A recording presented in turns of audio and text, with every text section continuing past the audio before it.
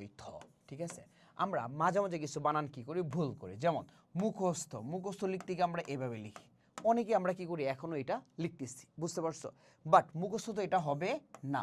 মুখস্থ কি হবে বলো তো, থ হবে। কি হবে মুখস্থতে, কি হবে বলো তো, থ হবে। কি হবে, থ হবে।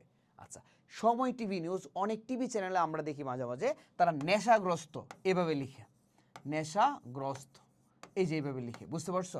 বাট এই গ্রাস করা যদি বোঝায় কখনো থ হবে না, কি হবে, অলওয়েজ ত হবে। অলওয়েজ কি হবে, ত হবে। চলো এই টেকনিকটা আমরা এখন দেখব। ওকে, প্রত্যয় যুগে যদি গঠিত শব্দ বোঝায় অথবা গ্রাস করা যদি বোঝায় তাহলে কি হবে, দ্বন্দ্ব প্লাস ত। কি হবে, দ্বন্দ্ব প্লাস ত।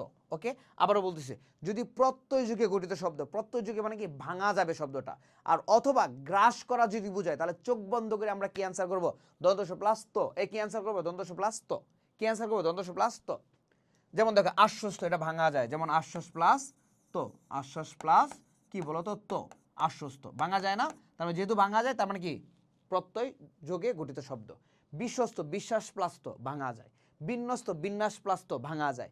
বিপর্যস্ত, বিপর্যস্ত প্লাস তো ভাঙা যায়। যেহেতু ভাঙা যায় তাহলে চোখ বন্ধ করে সেটা কি হবে, দন্তস প্লাস তো হবে। কি হবে, দন্তস প্লাস তো হবে।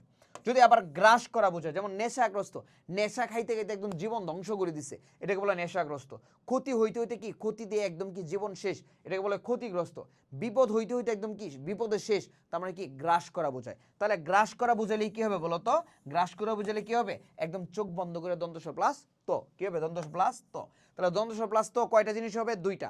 একটা হচ্ছে প্রত্যয় যুগে গঠিত শব্দ যদি ভাঙা যায় শব্দটা, আর একটা হচ্ছে যদি গ্রাস করা বোঝায়। কি করা বোঝায়, গ্রাস করা বোঝায়। ওকে, আর যদি শব্দটা এক কথায় প্রকাশ বোঝায়, কি বোঝায়, এক কথায় প্রকাশ, তাহলে কি বোঝায়, দ্বন্দ্ব প্লাস থ হবে। কি হবে, দ্বন্দ্ব প্লাস থ। যেমন মুখস্থ, কি হবে, মুখে থাকে যা। গৃহস্থ, কি হবে, গৃহে থাকে যে। ঢাকাস্থ, কি হবে, ঢাকায় থাকে যে। আত্মস্থ, আত্মায় থাকে যা। তার মানে এগুলো কি বোঝাচ্ছে বলতো, এক কথায় প্রকাশ, এক কথায় প্রকাশ। দ্যাট মিনস কি বলতো, দ্বন্দ্ব প্লাস থ। কি হবে, দ্বন্দ্ব প্লাস থ। তাহলে ত হবে দুইটা জিনিসে, প্রত্যয়যুগে গঠিত শব্দ আর কি বলতো, গ্রাস করা বোঝালে। আর থ হবে যদি এক কথায় প্রকাশ বোঝায় তাহলে কি হবে, থ হবে। দেখছো কত ইজি, কত ইজিভাবে আমরা কি শিখতে পারি। চলো আমরা দেখবো এখন 4 নাম্বার টেকনিক।